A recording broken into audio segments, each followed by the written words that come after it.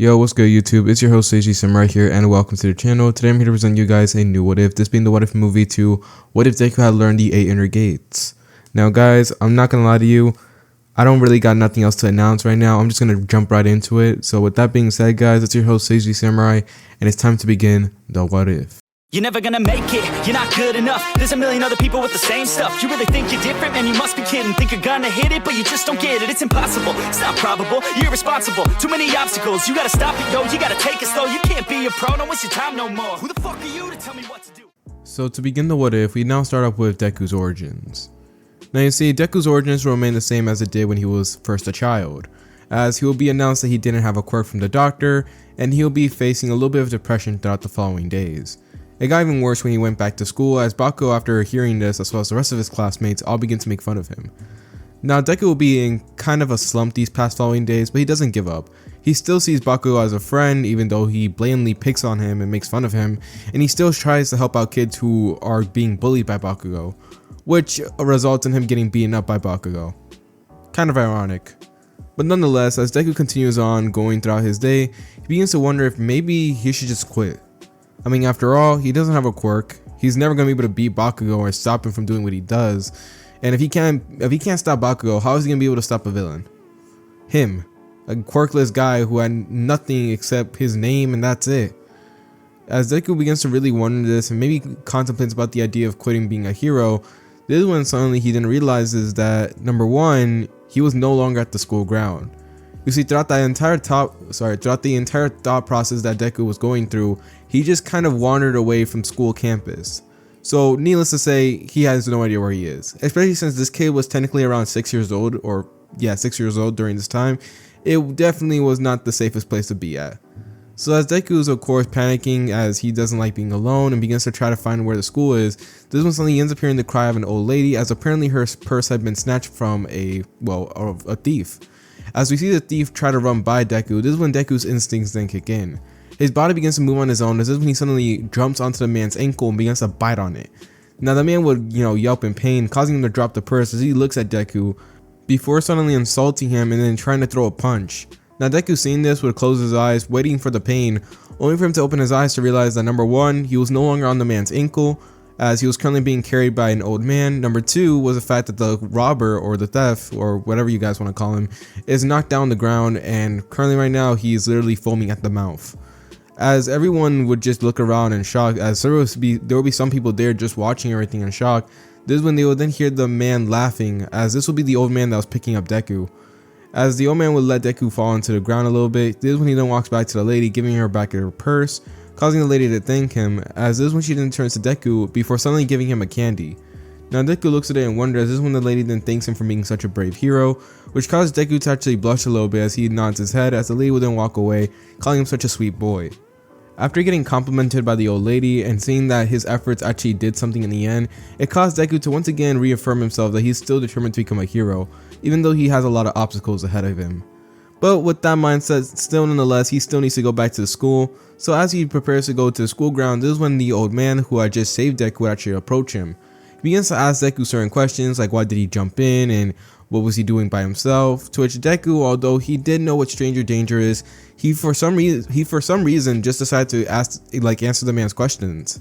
He begins to answer every single one of them with blatant truth, as the man, after hearing this, will begin to scream something about youth, which Deku did not understand, before suddenly he ends up turning to Deku and asking him one simple question: what is your dream?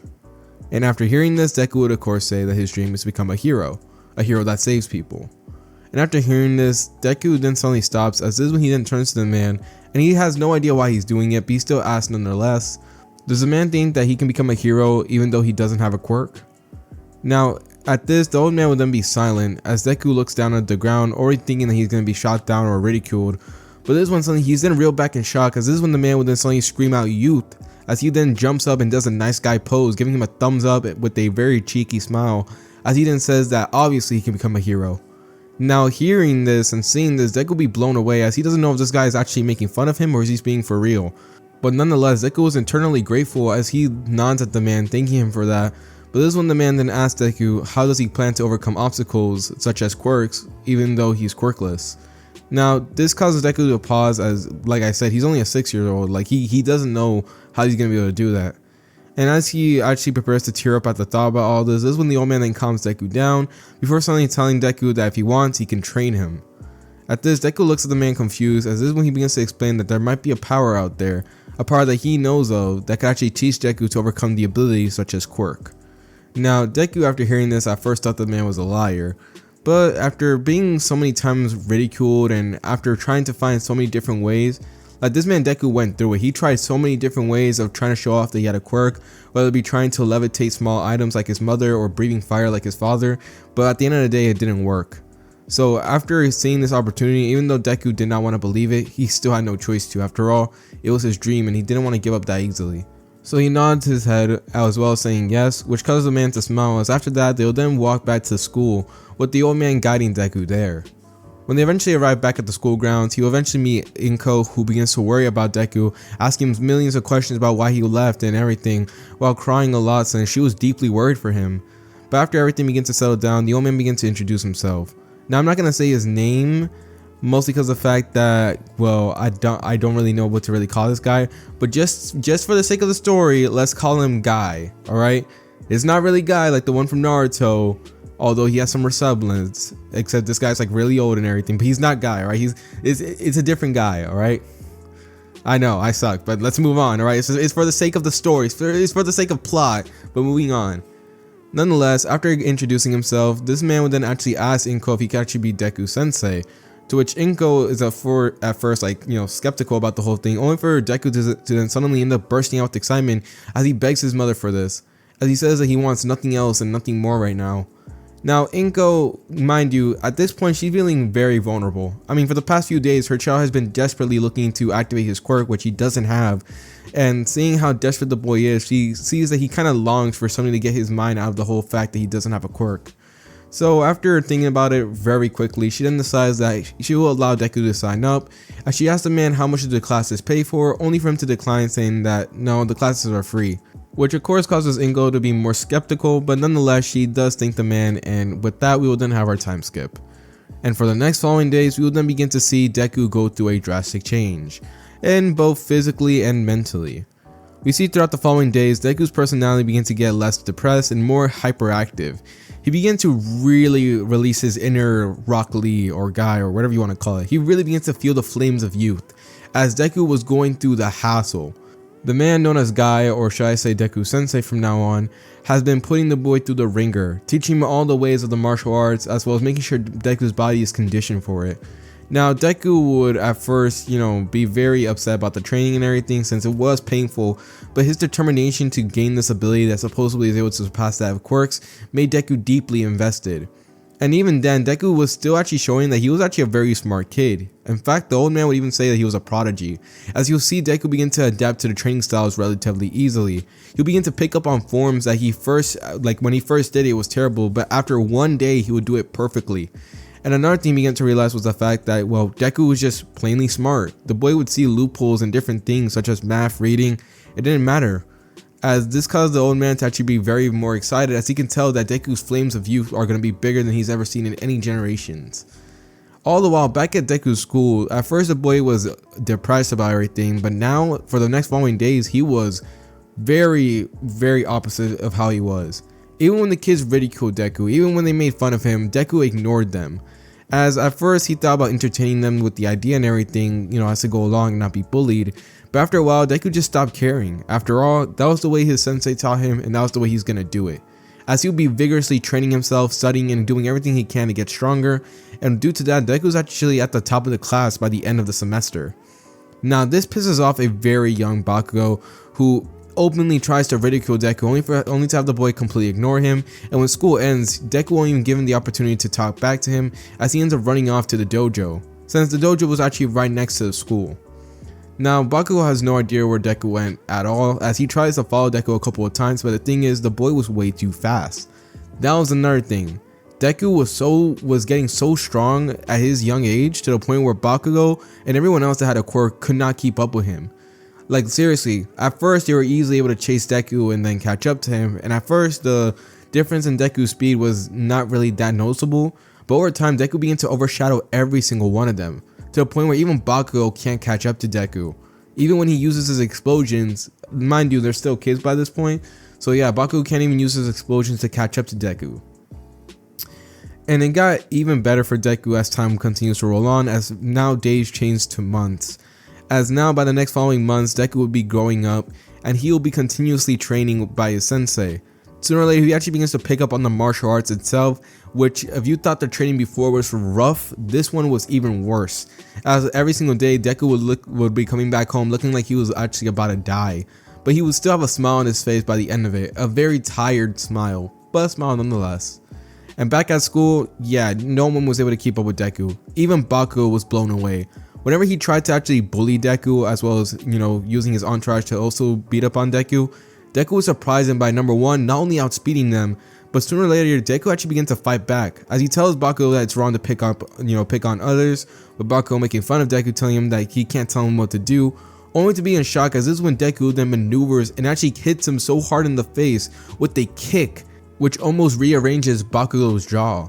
Like seriously, this man Deku was really putting Baku in his game through the ringer, and it got so bad to the point where Baku couldn't stand it. He spent a majority of his day training with his quirk as well as his body, as he did not want to be left behind by Deku, but every single time Deku would be pushing himself way more than Bakugo. And it got so bad to the point where no one in the class was able to keep up with either of those boys, as every single time they'll be at the top of the class, with Deku being number one all the time, with Bakugo being a close second. And when it came to fighting, well, no one was able to beat either of the two. Even some kids who try to bully Deku as a way of trying to show off their quirks and trying to be all superior and everything, they'll be folded in an instant, as Deku would have unhuman strength and speed, which honestly made everyone question if Deku really didn't have a quirk, as it was not making any sense to them.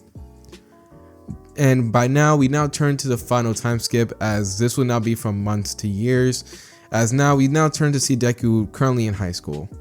You see, throughout the entire time, Deku will continue on with his training. By now, he finally ended up learning most of the entire martial arts. He still practices it every single time, as even though he learned about all of it, he still needs to master it. And although the sensei was always there to support him and be kind of like a grandfather to Deku, no, he was a grandfather to Deku, the sad thing is that he is old. And no matter how healthy you are, or no matter how much you train, you unfortunately cannot fight off death. As unfortunately, throughout the next following years, Deku Sensei would die. Now this causes Deku to revert back to how he was in the very beginning before he met his sensei, depressed, as throughout the following days in class, even Baku didn't even challenge Deku anymore. As throughout that time period, Baku actually ends up getting the top of the class, as by that point, Deku wasn't even trying anymore. He just kind of quit. Now Baku tries to, talk to Deku, not like taunting him or anything, although he still releases harsh comments here and there. But nonetheless, every single time, Deku would just ignore him, as he was completely lost, gone honestly. As Deku was really wondering if maybe he should really quit, now that his sensei was gone. But this is when he then stops himself, as throughout the final times as he visits the dojo, as it'll be after the funeral, after the sad service and everything, Deku would actually find a note from his sensei, where he pretty much declares that he's going to pass on everything to Deku. And not only that, but he also begins to explain to Deku that he saw him as a grandson and that he's very happy that his final moments was with him, as that would be his last message to Deku and the last words Deku would ever hear from his sensei. Now hearing this would bring Deku to tears, as this would be one big emotional moment, but this also ends up leading to Deku's character development, as after spending the entire day mourning and shedding so many tears after reading his sensei's last words to him, Deku after that following day would then gain a new sense of maturity. As after that very day, Deku's personality had taken another drastic change, as he went back to how he usually was, except there was a big difference. He's not as energetic as he used to be. Instead, Deku has spent his time conserving his energy and focusing it on more other things. Not only that, but Deku also ends up releasing this kind of aura that shows off his maturity, as it causes many students to actually turn to Deku, to the point where Deku was actually even announced class president, which pissed off Bakugo. And another thing was the fact that Deku was able to regain his top spot in an instant. Like legit, he was able to blow past Bakugo in an instant, as now Deku's many of them actually see Deku as now the maturest one in the entire group, with Bakugo being pissed off about how everything turned out. But nonetheless, secretly he's actually very happy to see that his rival is now back, as he was ready to beat Deku at his best. As we now turn to the present time. Now we see Deku after another successful day at school, as after going through his hassle of lessons and helping the students around him as the class president, This is when the day would then end, with the teacher then walking in as he begins to announce about their careers, only for him to throw the papers up in the air and say that he already knows that all of them want to become heroes. Now, as the students try to show off their quirks, this is when Baku then announces that he's going to become the #1 hero and that everyone else was beneath him, only for the class to then laugh in Baku's face. Although they're pissed off with the fact that he insulted their quirks, nonetheless, they already know that there was someone that Baku could never beat, and that was Midoriya. As everyone would shout out Deku's name in excitement and everything, with some girls even blushing while saying his name, Deku would be there just calmly listening to some music while writing down in his notebook. You see, Deku actually realized that he actually was good at analyzing things, which allowed him to analyze, proper form and workouts, but not only that, but analyze heroes and villains. Now, this actually made Deku gain a passion of analyzing heroes and also taking any ideas or tricks they may have learned and applying it to himself, which actually helped Deku a lot during his martial arts and during his, one of his last moments sparring with his sensei. As even at the very end, the old man was able to beat Deku completely, with the win to loss ratio of Deku losing over 1,000 times to that man. Now back to the story.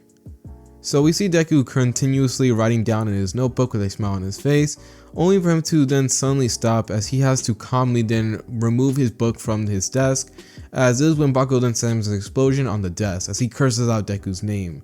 He tells Deku not to get into UA as this was supposed to be his origin story and everything, or for Deku then suddenly let out a mature chuckle as he ends up looking at Baku before telling him no, telling him that he's actually going to chase after his dream of becoming a hero, and he already told Baku this multiple times. And as Deku actually tells Baku this caused many students to actually cheer for Deku, since by now Deku actually changed everyone's ideal opinion of him. Since before that, many of them actually thought Deku was supposed to be someone that they should pity or so they should feel bad about, since he didn't have a quirk, as well as some of them who actually thought they could bully Deku. But over time, Deku has shown throughout countless times that he's able to overcome all challenges, that hard work really overcomes everything, and due to that, this caused many students to gain a ginormous respect for the boy. Now, Baku, after hearing Deku's mature response, just cries out in frustration, but before he can go any further, this is when the bell would then ring, which caused Deku to then smile as he ends up packing up everything before hitting the mad dash out of the class. As Baku would just be there shocked at Deku's speed, before cursing once again and walking away. Now we see Deku currently walking down a bridge as he would be writing down in his notebook, as he had just discovered something that was left behind by his sensei. You see, now that the martial arts was his completely, he was now wandering throughout its libraries as there was ginormous amount of pages and documents based around the martial arts and as well as its creation. As historically, the person who actually created this technique was someone who was known as Might Guy, with his son actually being the one to complete the martial art, this being Might Guy. And after hearing about Might Guy's name, this caused Deku to actually be surprised as he wondered if his sensei might have been actually the reincarnation of this person or something like that, but he shakes his head from those thoughts. But one thing Deku does take peculiar interest in was the fact that there was a technique that Guy used, as well as many others in this, martial arts history. By many others, I mean a total of only 5 individuals. That's right, only 5 people have actually even learned about this technique, and only 5 of them have been able to use it. This being the 8 inner gates. And after learning about the gates, Deku was deeply interested in it as he continues learning more and more about the technique. And right now what Deku is trying to do is trying to learn about opening the first gate, as that was the first hassle to go through.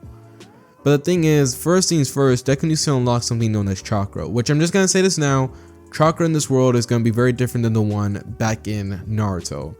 As in this world, chakra won't be as strong, so he won't be able to do any jutsu such as like Shadow Clone Jutsu or Rasengan or Fire Style. He won't be able to do any of those stuff, alright? And the main reason for this one is the fact that in this timeline, Kaguya does end up passing away, but as she passes away, a large amount of the chakra that everyone had been gone as well, with the only ones that really end up having chakra being a rare few. And the only chakra that people actually do end up having are the ones that, kind of just are just there. Like they're just like weird energies to make you calm down and all that stuff. So to put into short terms, Deku has gotten a very, very small bit of the sauce that everyone in the world of Naruto had. And after hearing and finding out about all this stuff, Deku would be very interested about the whole thing, to the point where he takes a deep dive into chakra and everything, as that'll be spread out throughout the entire martial arts. But the thing is, he wasn't able to get too far since a large amount of the history was practically gone, as the only thing that really remained was the martial arts and everything that came with the martial arts. So nonetheless, Deku, after learning about all this stuff, had been trying to learn about opening up the first gate so he can learn everything else. And as Deku was walking down the bridge and thinking everything over while writing down in his notebook, this is when suddenly the cap of the sewer would then fly open as a Sledge Villain would then appear. The Sledge Villain begins to ask Deku for his body, to which Deku will then calmly say that no, and it's kind of creepy to ask that kind of stuff, which caused him to try to attack Deku, saying that he wasn't asking, only for Deku to then suddenly end up disappearing. As the Sledge Villain tries to look for Deku, it would then be surprised as Deku would then appear right in front of it, before suddenly barraging him with multiple blows. Now the thing is, the Sledge Villain ends up laughing at Deku's attempts, laughing at him for even trying to attack him since he can't feel anything, only for him to be surprised as every single time Deku lands a hit, it seems as if the boy was getting faster and faster, to the point where he was not even able to keep up with Deku's attacks anymore. As he tries to, tell the kid that it was pointless since he still couldn't feel pain in his Sledge form, this is when Deku then stops as he ends up turning around before taking up a pose. As he decided that if he's not able to hit him physically, then the only thing was to actually just blow him out entirely. So with that, Deku begins to charge up as he, prepares to focus all his attention onto his punch and tries to draw as much chakra so that way he can try opening the first gate. Which I'm just gonna let you know right now, yes, Deku has unlocked his chakra, but like I said, small bit of sauce that everyone else in the world of Naruto had. So Deku tries to open up the first gate to gain another boost of power as he continues pushing it while the Sledge Villain tries to attack him, but this is when All Might would then appear as he would then do his dramatic entrance as well as, hitting the Sledge Villain with a generous punch to blow him away. And due to this, the Sledge Villain ends up getting captured into a bottle, which that would just be it for him. And Deku, after realizing that it was All Might who saved him, would instantly begin to gush and be an entire fanboy as he begins to ask him millions of questions before asking him to sign his, his notebook. To which All Might does so. Now Deku honestly almost faints at that very moment, but nonetheless he thanks All Might for, for saving him, and he ends up running back home and telling his mother about the whole story and scenario. As this is where we then do another time skip. Deku continues on with his martial arts training as by this point he ends up learning how to open up the first gate and as well as the second one. But now Deku's now working towards the third gate and it was becoming a kind of a hassle. By now also another thing was the fact that Deku actually ended up learning about the Hidden Lotus. And that thing was something that Deku had no pleasure at all at using. The first time he used it, he nearly almost fell into a coma. But after practicing it a few times, Deku got the hang of it. It's just the thing is, it's still kind of a double-edged sword for him, so he doesn't want to openly rely on it too much. But nonetheless, Deku still ends up practicing with the martial arts, trying to perfect it as well as master it, as this is when it will finally be time for the entrance exam. As Deku would arrive at the entrance exam platform, this is when he would then be stopped by Baku, who ends up cursing out Deku's name out of nowhere, but then enters inside since Deku could already tell he was kind of excited about this whole exam. Another thing was the fact that Deku also ends up meeting Uraraka, who honestly at this point is actually feeling nervous herself, which allows Deku to have a conversation with her. Both of them get along with each other relatively well to the point where Deku ends up actually sitting next to her throughout this entire presentation. By the end of the presentation, it will be finally time for them to, get into their gym suits and everything, as it was finally time for the exams. And as Deku would be in his gym suits and everything, by now taking off the weights since throughout the entire point before the entrance exam, Deku has been wearing weights, and as he ends up taking them off, he sees Uraraka there as she was still nervous and everything, so he decides to approach her. And seeing this, either tries to stop Deku and tries to, make a bunch of random assumptions, thinking that Deku was trying to, make her not focus on the exams, only to be surprised as this is when Deku then skillfully dodges him as he ends up heading to Uraraka and then asking her if she was alright and everything, to which she begins to explain that she was feeling a little bit nervous. Deku calms her down and cheers her up, while Ida is only able to look at them in surprise, since he thought for sure that Deku was gonna try to ruin her exams. But nonetheless, he does end up looking back on them and just sighs before focusing more on the exams. And speaking about the exams will then begin, as this is when we then see Deku then running through a bunch of robots. This man was obliterating them. I'm gonna tell you right now, I'm just gonna skip throughout this entire sequence since it's pointless. You guys should already know the results.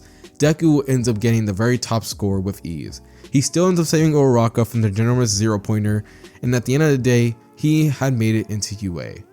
And after going through all that, Deku would actually go to his sensei's grave and begin to thank the man over and over again, as even in death the man was still helping out Deku, as Deku truly wonders what would life have been if he had not met the man. Now we will actually, I'm just gonna let you guys know this, a little bit of a fun fact, but you're gonna actually end up hearing, I'm not gonna say this a lot since I don't want to disturb the story too much and it's gonna drive me away from my point. But Deku's gonna be visiting his grandfather's grave a lot, and by grandfather I mean his sensei's grave a lot. So yeah, I just wanted to make that very clear. But nonetheless, let's continue on with the story. As this is where we then have another time skip, as throughout the following days, Deku would eventually go back to UA, and when he does, he gets introduced to everyone, with Uraraka, meeting up with Deku, and Ida apologizing for his actions towards Deku, as he remembers that he was actually about to be very rude to the boy. Another thing was the fact that they end up meeting Aizawa, and he ends up giving them the quirk apprehension test, to which Deku ends up passing with flying scores. The man was breaking every record. It got so bad to the point where even All Might, who was watching everything, was truly wondering if maybe he made the wrong choice before shaking his head, as if you guys don't know, in this timeline, All Might does end up giving it to Mirio once again. I know I overuse this like a lot in my Deku what ifs, but the thing is, let's be honest here. Let's keep it a buck. Mirio would have been a very great user of One for All. Alright, I'm not gonna say he's the best. I'm not gonna say he's the best, because Deku is doing definitely good-ish. No, he's definitely doing good. But it's just, let's be honest here. I feel like if we had Mirio have One for All, I believe that he would have been picking it up a little bit faster than Deku. I'm not saying that Deku's bad. I'm just saying Mirio probably could have done it better in the beginning than Deku had done it. Just saying. Let's move on. So we would have the end of the quirk apprehension test, as everyone would end up passing and Deku ends up reaching the top score, which enrages Baku, but he's unable to do anything about it. After that, we also end up getting the battle trial arc, with the same thing happening as it did in canon, with Deku and Uraraka teaming up to go up against Baku and Ida. And I'm just gonna make a little side note here, but Deku's costume in this one would actually resemble that of a Jonin attire in the world of Naruto, just letting y'all know. But yeah, let's continue on. Now the battle trial arc is gonna go by the same way as it does in canon. The outcome and everything, as legit, everything here is similar to how it did in canon. The only difference is that Deku ends up beating Baku way easier, with Baku not being able to believe that he lost to Deku once again. With everything after this just going as it did in canon all the way until the USJ arc. Now the USJ arc would kick off moderately the same, as Deku had throughout this entire point has been continuously training with the martial arts, trying to get better and better with it. But you see, during the time of the USJ arc, by this point Deku actually unlocked the third gate, and Deku actually began to realize the drawbacks of opening all these gates. And yeah, that thing is going to take some time to get used to. But nonetheless, Deku was still making a tremendous amount of progress in such short time, which was going to be really good, as during the USJ, as they end up arriving and after getting the whole rundown and everything by Aizawa and 13, this is when the villains would then appear. When the villains appeared, the students first thought it was part of the simulation, but unfortunately it wasn't, as those were actual real villains here to cause chaos. So Aizawa jumped into the fray and began to take down a large horde of them by himself. And seeing this, the students were all hyped and everything, only for Kodagiri to then arrive and begin to split them all up. Now this happened way too fast, so 13 was not able to stop them or stop him in time, so unfortunately Deku actually swallowed up along with the rest of the students. Now as he ends up opening his eyes, Deku will see himself falling from the sky, and as he does, he ends up seeing the ground below, only to see a bunch of villains that were had water-based abilities or water-based quirks that were all waiting for him to come down, as they all had malicious smiles on their faces. And Deku seeing them there was actually surprised, but he didn't stop himself, as he was about to do something in order to prevent himself from falling into the water. But this is when he would then be grabbed by Sue, who ends up explaining to him that her and Mineta also got transported here. Now after finding about all this, Deku begins to analyze the whole situation, with Mineta freaking out. Now mind you, by this point all the students in UA actually found out that Deku doesn't have a quirk, which surprises them, but this only makes him gain more respect. Well, most of them. Some of them still are kind of superstitious about the whole thing. As Mineta, I would actually be one of them in this case. As Mineta will be telling Deku there would be no point, as right now, what the heck can either of them do, since number one, Sue's ability is just being a frog. He can just make these sticky balls that are supposed to stick onto people other than himself, and Deku, well, he doesn't even have a quirk. Now as Deku hears Mineta begin to ramble, begins to say that they were doomed and everything, he already analyzed everything and he realized what he needs to do. Instantly realizing what he needs to do, Deku would then turn to Sue and Mineta, as he ends up telling them to take a step back away from him for a minute, as this is when he then begins to open up the gates. Now Sue and Mineta would actually be there in shock, as they will see Deku then open up not one, not two, but all the way to the third gate, as veins were literally popping up from his forehead, his skin was turning red, and there was this bluish energy that was shooting from him. Like there was this aura that was so powerful, it was causing the entire water underneath them to actually shake. And and it got so bad to the point where the little ship itself was literally quaking at Deku's pressure. The villains who were in the water were surprised at this as they wondered what was going on, while Deku was already here trying to end it as quickly as possible. And the main reason for this is the fact that Deku only recently learned how to use the third gate, and he still hasn't mastered it yet. So it was taking way more tax in his body than he usually did for Rock Lee during the tuning exams.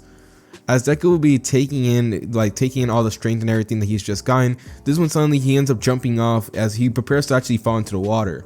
Just as Deku begins to fall into the water, this is when suddenly he reels back his fist as he ends up punching the water as hard as he can, just as he was about to fall in it. And this causes a ginormous geyser that actually ends up throwing the ship, Mineta, Tsu, and all the villains, including Deku, out of the water. As legit, this ends up making like a miniature, a ginormous tsunami that ends up blowing away the villains onto land, as well as Mineta and Tsu, and including Deku. Now Deku will be thrown off by just how powerful the third gate really was, since he never really actually realized how powerful these gates' abilities really were. When he ended up learning about the technique in the book, it didn't really explain like how destructive it could go. While he didn't know about the effects it had on the body and everything, he didn't know how big and drastic those effects would release itself into the outer world. So yeah, Deku just didn't know how destructive he really was. But still, one thing he's glad to know is the fact that the tension that he felt after activating the third gate was still there, but it wasn't as big as it was the first time he activated it. But still, nonetheless, Deku was feeling muscle cramps all around, but he was really able to tough it out this time since it wasn't as bad as it did the first time. He wasn't completely out of the fight just yet. As Tsu and Mineta will be looking at Deku in shock, as after a while of just checking on him, making sure he was alright, they decided it was finally time for them to return back to, where they're supposed to be, back with the rest of their classmates. But just as they were running around, this is when Deku would then stop, as this would cause Mineta and Tsu to think that it was the muscle cramps, but unfortunately it wasn't. As Deku would see the Nomu that was fighting off against Aizawa begin to beat down on him brutally, his face getting smashed into the ground, causing piles of blood to form. At this, Mineta and Tsu would see this in shock, while Shigaraki was just laughing in glee. Seeing this, Deku realized that once again he's gonna have to burst out the third gate, and just beginning to remember all the tension that he felt afterwards causes him to honestly feel very reluctant on doing so, but he had to do it nonetheless, as that's what it meant to be a hero. So with that being said, Deku tells Mineta and Tsu to get out of here as quickly as possible, as he once again activates the third gate. Seeing this, Tsu and Mineta tries to tell him to stop since they already know that thing had a big drawback, but unfortunately it was too late. As the third gate will begin to activate once again, Deku will begin to release that pressure that actually pushes them away. And seeing that he was already going to go through with it, Tsu and Mineta have no choice but to end up leaving, just as Deku will then suddenly disappear right in front of their eyes. Now back to the Nomu, Shigaraki, and Aizawa, as Aizawa is currently literally about to die. This is when the Nomu will then be punched directly in the face by Deku, who just appeared. This caused all of them to then stop as they couldn't even see the kid move. As the Nomu would actually reel back from the hit, but this is when it's suddenly using its shock absorption, it will then suddenly end up maneuvering all that pressure that Deku just hit it with and maneuver it into its right arm as it tries to hit Deku with the exact same force it hit it with. And seeing the attack approaching, Deku, with his quick thinking, is able to dodge out the way, which causes Shigaraki to now look at Deku as he was emitting this unknown pressure. Now, Shigaraki will be confused at all of this, but still nonetheless, he was pretty confident that Nomu was going to be able to take care of this kid. So he orders Nomu to take care of the brat for now, since he's pretty sure he can take care of Aizawa now that he's weakened. So with that command, Nomu agrees to this, as this is where we then get a fight between Deku versus the Nomu. And the fight would be quite catastrophic throughout the surrounding environment, as even nearby villains were blown away and just caught up in the collateral damage these two were releasing. As Deku and the Nomu will be both disappearing, with Deku showing that he had much more superior speed, but the Nomu had way more endurance as well as strength. As Deku continuously begins to barrage it with blows and begins to dodge out of the way of its attack, unfortunately Deku begins to run out of steam. His muscles were tensing up way too quick and his body couldn't handle the pressure of the third gate any longer. So with that, unfortunately Deku realized he's gonna have to put all his energy into one last punch, just as the Nomu was then once again approaching him. At this, Deku then suddenly forces his body, as he ends up pushing it forward to the point where he actually opens up the fourth gate. But this ends up releasing even more drawback to Deku as he feels his muscle tense up to the point where now Deku's entire body felt like it was trying to crush him. but nonetheless he fought through the pain, as this when he then reels back his fist just as the Nomu was approaching, as he ends up rushing at the Nomu before punching it in the chin. Now while the Nomu is able to absorb the shockwave and everything, it still was not able to kind of absorb the momentum from the hit. So what I mean by is that even though Deku was not able to take it out, he was still able to send it flying quite a couple of feet, as it would then eventually end up regaining its balance. Seeing that was all he did, Deku was unable to do anything else but fall onto the ground face flat, as unfortunately that was just it. Deku's body could not keep up anymore. And seeing the open opportunity, the Nomu rushes to kill Deku only for All Might to appear. And just like in canon, the ultimate battle went down, All Might ended up saving all the students as well as defeating the Nomu. That's when the other pro heroes arrive and Shigaraki and his crew end up escaping. And now with that done, we can now turn to see Deku after the events that had just occurred. And the boy was currently recovering from all the damage that he had just taken, thanks to Recovery Girl, although she was scolding Deku multiple times since whatever technique or whatever ability he had, it was causing extreme damage onto his body. If his muscles tensed up any further, he would have teared almost every single muscle fiber in his entire body. And Deku, after hearing this, paled at first since he knew that it was dangerous to activate the 800 gates, but he didn't know it was like this. But still, nonetheless, he still decided that he was going to train with it. After all, he was going to become the successor of the 800 gates, and that was something he's going to have to do, even if it meant his body might be broken at the end of the process. But at the end of the day, Deku ended up recovering, and due to that, he's able to go home. His mother is extremely worried after all the events had occurred, but nonetheless, she's happy that Deku was safe, and due to this, we can now move on with the story, as this is where we now go to the UA Sports Festival. Now, tons of things happened to Class 1A due to the drama that had occurred thanks to the villains, and due to this, they gained a bunch of popularity from reporters. Now, luckily, they're able to move away from all of this thanks to the teachers trying to calm everything down, although Deku was asked a bunch of questions as well, but he didn't answer anything. And things only got much more awkward when they arrived back to, well, UA, as multiple people from different classes wanted to see them and ask them questions about the villain attack, as well as trying to make them or show them that they weren't as hot shit as they really thought they were. Baku didn't care, and not gonna lie to you, Deku didn't care either, as the rest of Class 1A was at first intimidated, but at the end of the day, they didn't really care about the whole thing since they were just trying to do what they could to survive the incident. And not only that, but we also have Aizawa explaining about the UA Sports Festival, which caused the rest of Class 1A to be excited, especially Baku and Todoroki for some reason. Baku mostly for the fact that he gets to get a rematch with Deku, and Todoroki for a completely unrelated note, probably. Psych, I'm just kidding. As later, after announcing this, Todoroki actually turned to Deku just as he was preparing to leave, as he begins to explain to Deku that he's going to challenge him for the top spot. And hearing this causes many of the class to get amped up about everything, especially when Baku then jumped into the mix as well, since he already told Icy Hot in his own words that he's going to be the one to take down Deku. And Deku, after seeing that, he was the top dog here and that like almost everyone was going to go after him, he took it on with a smile on his face as he actually gets into a kind of nice guy pose, giving them a very awkward and weird thumbs up and giving them a weird smile as he ends up telling them to bring it on. And due to this, we can now do another time skip, as this is where we now see the UA Sports Festival now kicking off, as all of Class 1A as well as the rest of UA were there ready to participate. And now seeing that everyone was ready, this is when we then get the beginning of the UA Sports Festival now getting underway. And instantly Deku will be showing off his superiority against everyone else, as he will be climbing through the ranks instantly. Todoroki tries to freeze up everyone to prevent them from getting a lead start ahead of him, but this proves to be useless against Deku as he ends up racing past him and instantly begins to take care of all the obstacle courses that are right in front of him. And the boy was moving so fast to the point where legit they had to slow down the footage just to be able to see what he was doing. Now this caused many of them to be surprised, especially when they heard that a quirkless boy was going to be part of the UA Sports Festival, but this caused many of them to be excited. And also caused many kids out there in the world that didn't have a quirk that actually saw this to be amazed and very interested about how he was doing it. Instantly, Deku was actually making waves and waves of just spreading out his positivity and everything as he was just laughing and enjoying himself.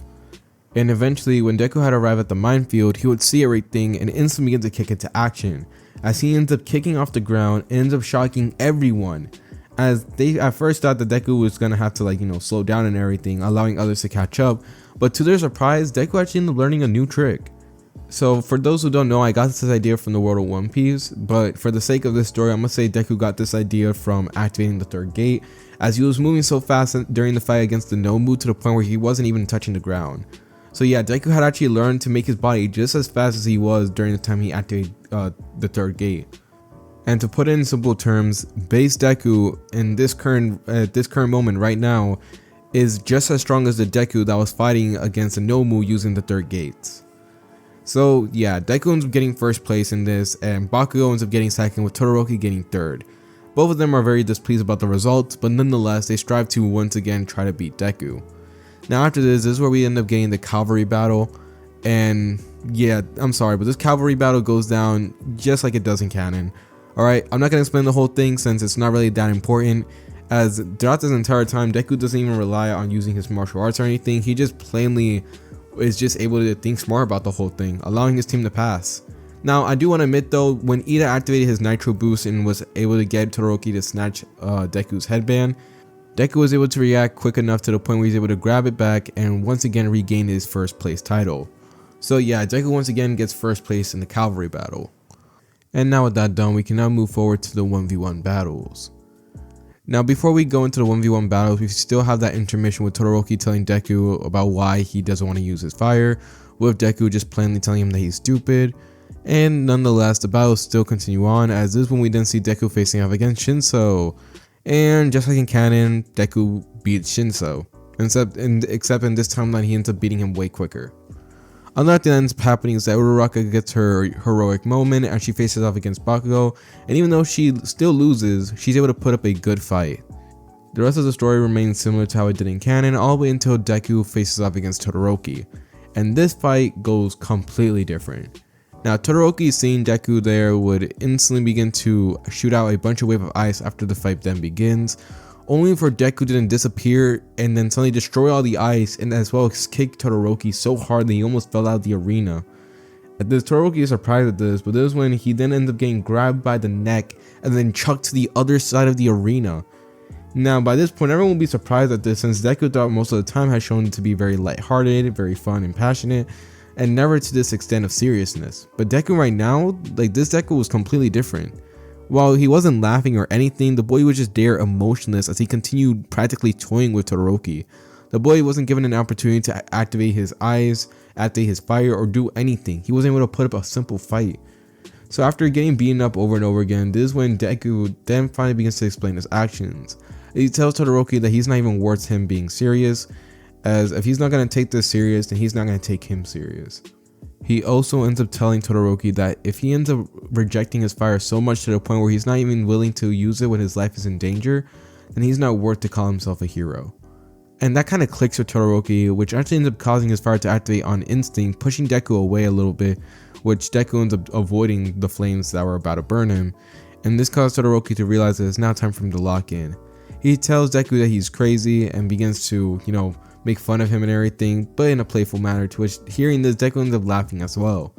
But this is when Deku's face then changes once again, as he then turns serious, as suddenly a bunch of energy begins to shoot out of Deku, as no one's able to see it, but they're able to feel the aura of the energy, which causes them to actually be surprised at this, as Deku has opened up the gate all the way up to the third one. And Todoroki, after seeing this, would think that Deku was going all out, to which Deku wasn't. After all, if he did, Todoroki might be dead. So with no other choice, Todoroki ends up laughing as he ends up telling Deku not to complain if he loses, to which Deku ends up telling Todoroki the same thing, as they will then blast off against each other, going into a climactic clash just like in canon, as Cementos as well as Midnight try to stop them, but it was pointless. As by the end of the collision, we will see Deku standing in the middle of the arena that had been completely destroyed, and Todoroki was not even crashed into the wall. The man was literally crashed inside of the wall. That the boy was unnoticeable, no one could even see him. All they could see the silhouette of his body getting crashed into the wall. So with the results being quite obvious, we would then hear Midnight then declaring Deku the winner, as after that medics would then arrive to try heal Todoroki after the serious damage he just took in. As this is where we now move on to the final round of the 1v1 matches, this being Baku going up against Deku. And Baku instantly gets excited by this, as everyone was hyping up this battle so much since Baku seemed to be the one to rival Deku, as he had a very powerful quirk, as well as not only that, but he seems to be pretty smart with the way he uses it. And Deku, well, he has been the underdog since the very beginning. After all, he had no quirk, and he's proving to everyone that you don't need a quirk to be strong. That's inspirational. And this caused many of them to be excited, wondering what else he could do. So with that, the final match was now here, as Baku begins to make fun of Deku, telling him it's finally time for him to beat him, to which Deku begins to also begin to comment back, saying that was never going to happen. As both fighters would then take their positions, this is when the fight would then begin, and we instantly get to see a clash of a lifetime between the two. Baku ends up reeling back a large amount of explosions, sending ginormous impacts all around the arena, causing smoke and debris to go everywhere. While Deku, at this point, this man was teleporting practically in everyone else's eyes, as he ends up appearing and disappearing, hitting Baku in different areas as Baku tries to keep up with him. This fight would go on like this for a while, as Baku, having enough of this, then decides to release a ginormous explosion. And this explosion would be so bad to the point where it actually causes other heroes as well as Cementos to interfere, as he had to form a ginormous barrier around the two boys to prevent them from destroying everything. But unfortunately for Cementos, it was not going to be able to hold them back, as they were able to burst through the dome instantly as they continue on with their fight. As seeing that this fight was going on for way too long, they decide to end it off with a simple blow. As this is when Deku then charges up all the way into the third gate once again, but this time he decides to take it up a little bit further, as he ends up showing off his mastery of the fourth gate. That's right, Deku actually learned to master not just to the second, not just to the third, but to the fourth gate, as he ends up activating it with ease, as he ends up looking at Baku with a smile. And Baku, seeing this, smiles back as he ends up thinking that Deku is going all out. But if you guys don't know, Deku isn't. He still has a lot more he could do. The thing is, those things are more meant for opponents that he's gonna have no choice but to, put down, unfortunately. So with no other choice, Baku ends up rushing at Deku with his ultimate technique, this being I'm gonna say this incorrectly, but is known as the Howitzer Impact, the same move that he pulls on Todoroki and Cannon. And Deku, seeing this, would end up rushing towards him, and there he head first into the explosion. Like, this man was rushing head first into it with no shame at all, as he ends up giving Baku the nastiest gut punch of his entire life, causing Baku to be sent flying out the ring, but also Deku in this one, as Deku had really underestimated the powerful effect of the Howitzer Impact. So due to this, he's also sent out, but he's able to regain his balance instantly, as he looks at Baku with a nice smile on his face, happy that they were able to fight once again. As this is when Midnight would then end up walking up to the two boys before suddenly end up declaring that it was a draw, surprising everyone but causing them to cheer. As with this, we can now announce the end to the UA Sports Festival. As now with this event done, we can now go through a couple of arcs, and I'm not gonna lie to you, I'm gonna be skimming through them, mostly because of the fact that if I don't, then this what if is going to take much longer than it already is. And another thing is because of the fact that not a lot of these arcs really change that much thanks to Deku, since the thing is, Deku overcomes these arcs pretty easily. For example, the Hero Killer Stain arc doesn't really change much. The only thing I'll really change in this one is the fact that Deku doesn't go with Gran Torino because he doesn't have one for all in this one, but instead he actually goes with Mirako. And the main reason for this one is because of the fact their fighting styles are similar to each other, mostly because of the fact that Deku also incorporates his legs into it. So due to that, Mirako got a bit of an interest in his fighting style, so she decided to recruit him. And due to that, Deku ends up going on patrol, and actually ends up training with her, to which she actually realizes that Deku was a prodigy and was actually capable of giving her a pretty good fight, if he goes all out, that is. And thanks to fighting Mirako for so long, Deku is able to master the 5th gate, to which before he was only able to open it up and use it for a certain amount of time, but now he's able to open it up and use it easily. And not only that, but he's also able to open up the 6th gate and is able to use it for a very long periods of time thanks to fighting Mirako for so long. Back to what I was saying, the Hero Killer arc doesn't really change much, as well as the final exams arc, since like I said, nothing else really changes except for Deku going to Mirako and getting a lot stronger. As like I said, Deku grows stronger the more and more times he analyzes and the more and more times he practices with his martial arts. As by now I can fully say that Deku is now officially a master of the strong fist. Not the 8 inner gates just yet, but he's almost getting there, as right now he had learned how to master the 6th gate during the final exams arc. As this is where we now get to the Forest Training Camp. And I'm not gonna lie to you, the Forest Training Camp arc starts off relatively the same, but it's later on in the arc where things get very complicated. As throughout the entire time, Deku ends up after Deku finds out about Koda's backstory and everything, he really ends up finding out about the villain's attack way sooner, since the thing is, his instincts have been trained so much to the point where he's actually able to just to sense when something's about to go wrong. So without even thinking, Deku ends up rushing to where Koda is, and he'll actually end up encountering Muscular just as he ends up encountering Koda. Now Koda, after seeing Muscular, would be traumatized since he remembers that was the guy who killed his parents, while Deku, after seeing Muscular, already realized that this guy was on a different level. At first, Deku even wondered maybe this guy was on the level of All Might, but he ends up shaking his head as he already realized that All Might was way far from his prime.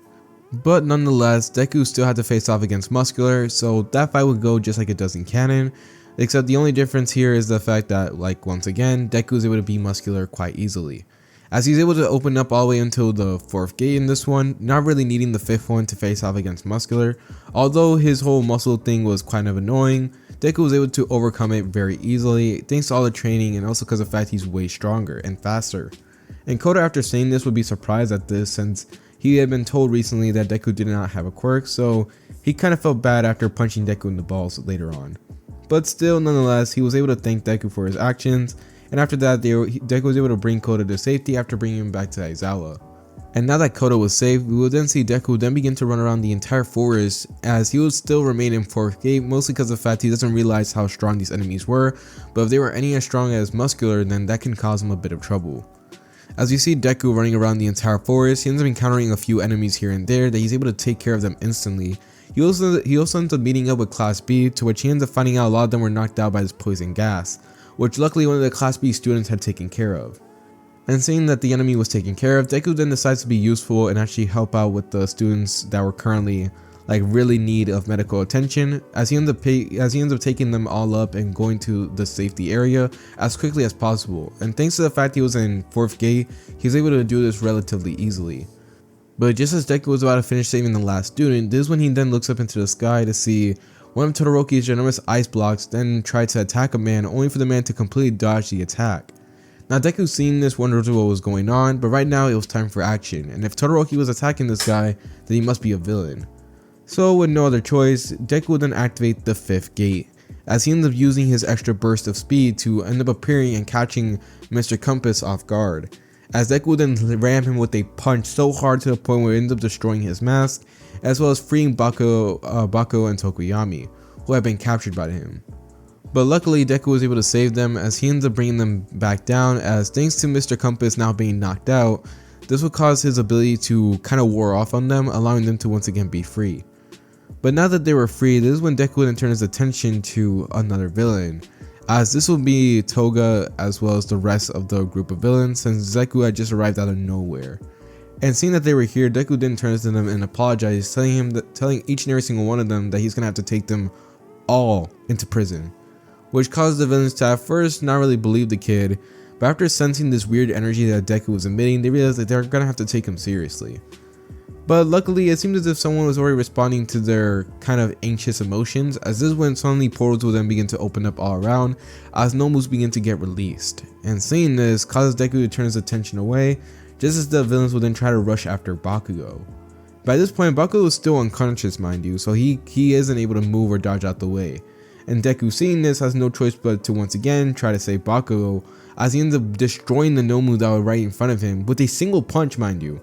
No hold back or anything, as he ends up appearing right in front of Dabi as well as Twice, as he ends up giving them both the nastiest gut punch ever, as he actually ends up breaking a couple of their bones, which causes them to cough up blood.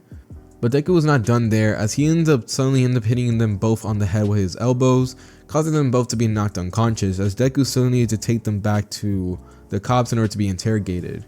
As for Toga, she kind of realizes at this point that she's outdone, as she then calmly says that she surrenders while smiling and also blushing at the same time. The main reason for this one is because of the fact she just saw blood, and blood was covering Deku all over, which caused Toga to get that same yandere-like crush on him again, as Deku would look at her confused about why she was staring him like that, but right now was not the time, as now that he had taken care of all the villains, it was finally time for him to bring everyone back. But there was also something else he had to deal with, that being the Nomu. So just as Deku then turns around to prepare to take care of any Nomus that are nearby, this is when suddenly he then falls. Like the boy was actually falling, as he ends up getting catched so off guard by this that he actually ends up releasing the gates, causing him to be a little bit vulnerable right now. The rest of the students would see this as Todoroki would then rush over to Deku trying to save him, but unfortunately it was too late, as Deku seeing this would then tell them to remain calm as everything was going to be alright.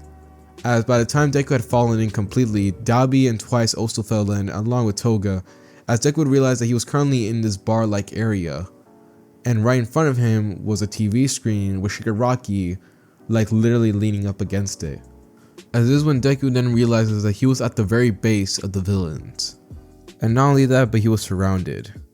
And after seeing all this, Deku would try to remain calm as he ends up giving off a friendly smile as Shigaraki then tells Deku that they need to talk once again. Mind you, like I said, all the events that had occurred previously still happened, so Shigaraki and Deku still had that interaction where Shigaraki put his hand around Deku's neck and threatened him for the little chat about staying in his speech. So once again, Deku and Shigaraki would then have a talk, as both of them would just be sitting down with some tea with Kodagiri like watching everything. At the same time, Toga was taking care of Dabi and Twice since they suffered some pretty bad injuries from Deku. All the while, Deku was trying to talk to, Shigaraki, trying to keep his mind off of him and everything, since he didn't want to, start up anything that he can't get out of just yet. As right now, his best option was to wait for the pro heroes. And speaking of pro heroes, just like in canon, they ended up finding out about where the locations are, also where the locations where the Nomus is. Their entire sting operation to save Deku was now a go. So we now turn to Deku once again as he was talking to Shigaraki, as this is when Shigaraki would then offer Deku a quirk, surprising Deku. As this is when suddenly appearing on screen, we will then hear the voice of All For One, as he begins to tell Deku that he's honestly amazed by his achievements, as he had first been very interested with Deku's quirk, but after realizing that Deku didn't have a quirk, he realized that Deku was someone with a lot of potential. So he decided to offer Deku a quirk. He just needs to demand what quirk he wants, and All For One will give it to him. And hearing this surprises Deku, but this is when he then firmly declares that he doesn't need it, as after all, he has his own power now, and he doesn't really need the idea of quirk and everything. As he goes by his sensei's rules now, and he doesn't need a quirk to feel special or to be a hero. And after hearing this, All For One will be very disappointed, as nonetheless, he then tells Shigaraki to wrap it up, to where Shigaraki would do so gladly, as he rushes at Deku, trying to put a hand on his face, but by this point, Deku had enough playing around. And not only that, but any tiredness that Deku had felt by this point had completely recovered. With Deku seeing the attack, he's able to suddenly knee Shigaraki in the gut and is able to suddenly throw him to Kodagiri, who ends up opening a portal to suddenly end up making it appear right behind Deku, as Shigaraki then stretches out his hand trying to touch Deku's back and kill him. And Deku seeing this then flips over the hand once again, just as Kodagiri then opens up another portal trying to suck Deku into it. As Deku sees this, he realized that another portal was forming as well, as he realizes he's going to be caught right in the line of fire of Shigaraki's hand and is going to potentially be killed. But seeing this, Deku tries to form up a plan, only to then suddenly stop, as this is when All Might would then bust into the room just like in canon. And the entire sequence that follows through happens the exact same way, as they end up revealing that they planned out everything and they stopped all the stuff that they can do. And due to this, Shigaraki is dumbfounded as he ends up raging at All Might for just being so cool in his own words. But it is when suddenly All For One would then suddenly try playing a trick, as he ends up making his appearance known, as well as summoning the Nomus, as well as freeing Shigaraki as well as the rest of his gang, including Deku as well, as he himself gets captured. And now with this falling in line just like it does in canon, we now see the epic clash between All Might and All For One. The fight between them would go just as you expect in canon, with Deku facing off against Shigaraki as well as the rest of the League of Villains, even though Dabi and Twice are still recovering from their injuries. And already seeing that he was surrounded, Deku decides to not hold back at all, as he brings out the 6th gate. As now by this point, Deku's strength was so powerful to the point where every single one of his punches were literally causing almost the exact same damage as that of All Might at this current moment. And by All Might, I mean like current All Might, not Prime All Might. He's not there just yet. But back to the fight, we will see Deku actually beating up on all the League of Villains, as since Dabi and Twice are so weakened, and thanks to the fact that they're like one of the heavy hitters, they're not able to do anything against Deku. Due to this, Deku is actually able to beat all the League of Villains, as now Shigaraki was the only one left, as by this point he couldn't believe that everything was falling apart so drastically, as he blames Deku for this and swears revenge. Now Deku seeing this would just scoff, as he ends up turning to Shigaraki, as he ends up telling him that by now all of them are going to go to jail, and all of them are going to suffer the consequences of their actions. But unfortunately for Deku, All For One had to trick him, as he ends up activating Kotogire's ability forcefully, as this will cause Shigaraki as well as the rest of the League of Villains to then suddenly end up teleporting away. Deku, seeing this, was shocked at this, but this is when All Might would then tell Deku to leave the area, since by this point it will be too dangerous for him to be there. And Deku, having no other choice but to follow his orders, he does so. Now after this, the battle between All For One and All Might would go on just like it does in canon, and the outcome will remain the same, with All Might winning.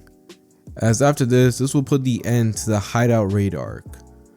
And now after this, we can now go through a bunch of other arcs which do not at all change thanks to Deku being stronger, as most of the outcomes remain the same. Thanks to Deku being stronger, he's just able to go past these arcs pretty easier. For example, the Professional Hero License Exam arc, he's able to go past that easier. The Shihasaki arc, where we see Overhaul and also Eri, that still ends up happening. Deku doesn't end up signing up with Night Eye though, he still goes back to Mirako. But all the events that occurred, Deku still ends up participating and actually ends up helping out, which results into Overhaul being taken out much quicker. And not only that, but Mirio does not lose his quirk in this one. So needless to say, Deku's going throughout most of the story relatively easily, all the way until finally Shigaraki as well as the rest of the villains then decide to make their final moves, as they begin to wreak havoc all around the area. And Deku, after seeing all this, has to help out, as now that he's a professional hero, that means he has to help out along with the rest of Class 1A. Now Class 1A as well as Deku would be going around defeating a bunch of villains, as this would be continuing on throughout most of the story, all the way until Shigaraki then decided to make his final approach, and this time he decided to approach Deku. By this point, Deku had climbed up the ranks, as by now he's actually number 6 in the hero rankings, right behind Mirako surprisingly. As thanks to Deku's hero-like nature as well as the fact of how he kept smiling even though many things were going wrong, this caused many of them to actually value Deku's confidence and everything and admire him, so due to this he climbed up the rankings relatively fast. And seeing this, Shigaraki was not happy at all, so he decided to crush the next symbol of peace, or at least in his eyes, Deku would be the next symbol of peace. And Deku, after seeing that Shigaraki was approaching, instantly activated the 7th gate and instantly began to face off against him. Now the thing is, this fight would go on for quite a while, as there will be nothing more but destruction left and right all over the entire area. And this would cause many heroes having no choice but to evacuate, including Endeavor, since by this point he was completely drained. Now Deku by this point would continue fighting off against Shigaraki all the way until Mirio actually ends up arriving. Mirio throughout this entire time has been working hard trying to look for Shigaraki, and after finding out that he was approaching Deku, he instantly began to blitz off to the area. And now that he's arrived, he decided to finally put an end to Shigaraki, to which Shigaraki, seeing this, would then laugh, as he tells Mirio that he was a fraud, straight to his face, as even though All Might claims that Mirio is going to be the next symbol of peace, Mirio has not at all been smiling throughout this entire time, which is true. Throughout the entire point of the story, Mirio has not smiled at all. Like after Shigaraki as well as the rest of the villains begin to swarm, Mirio has not smiled at all.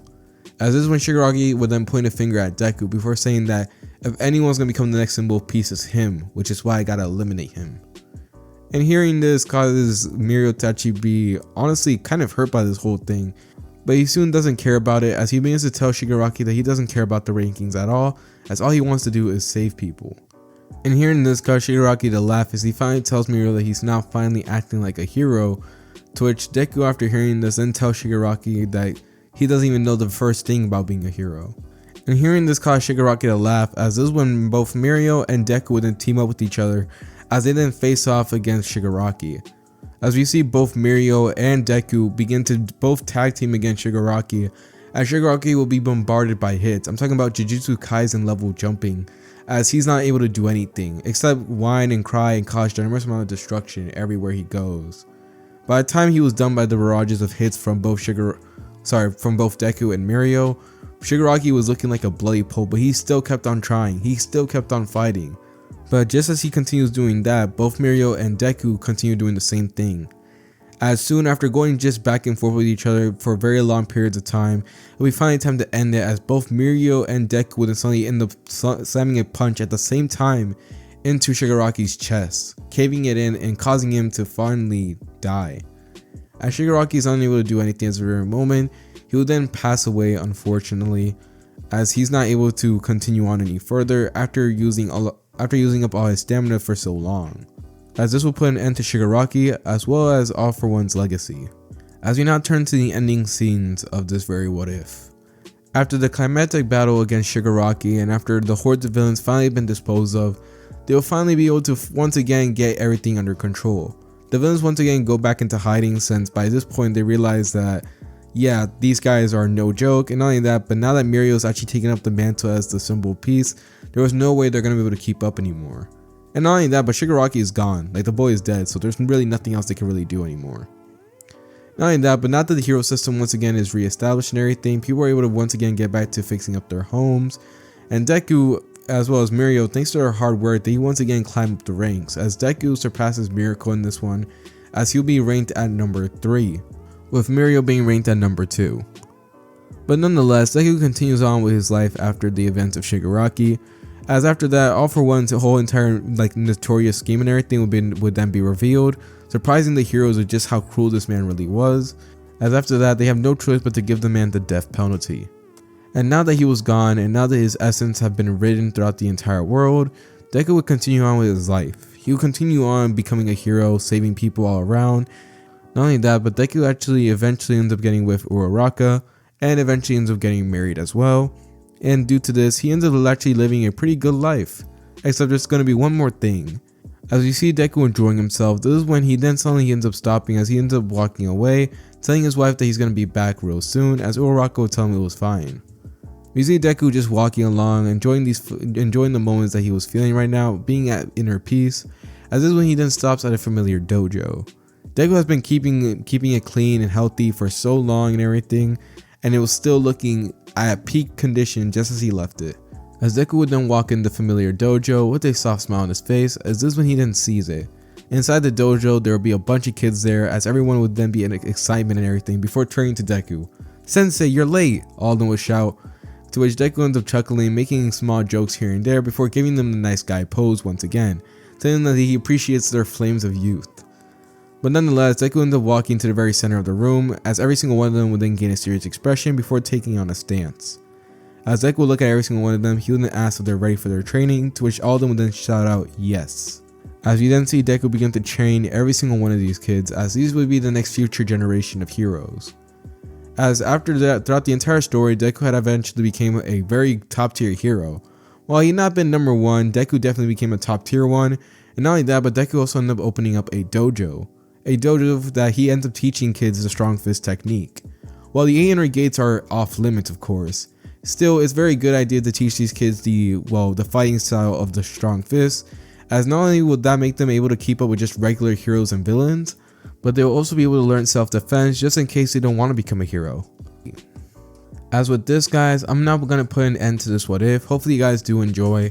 I had fun going throughout this entire journey. I'm not going to lie to you guys, I had trouble making this what if. This what if was very hard for me to make, and the main reason for that one is because of the fact that your boy has gotten rusty. And just simple, in just 3, I don't even know how far away I've been away from the channel, but in those short time period that I've been away, I got really rusty to the point where I'm not even able to record this long anymore. So yeah, guys, it's a hassle, but hey, I was still able to make a what if, and I'm really glad I did. It's your host, AG Samurai, and he's signing off. Peace, and have a lovely day.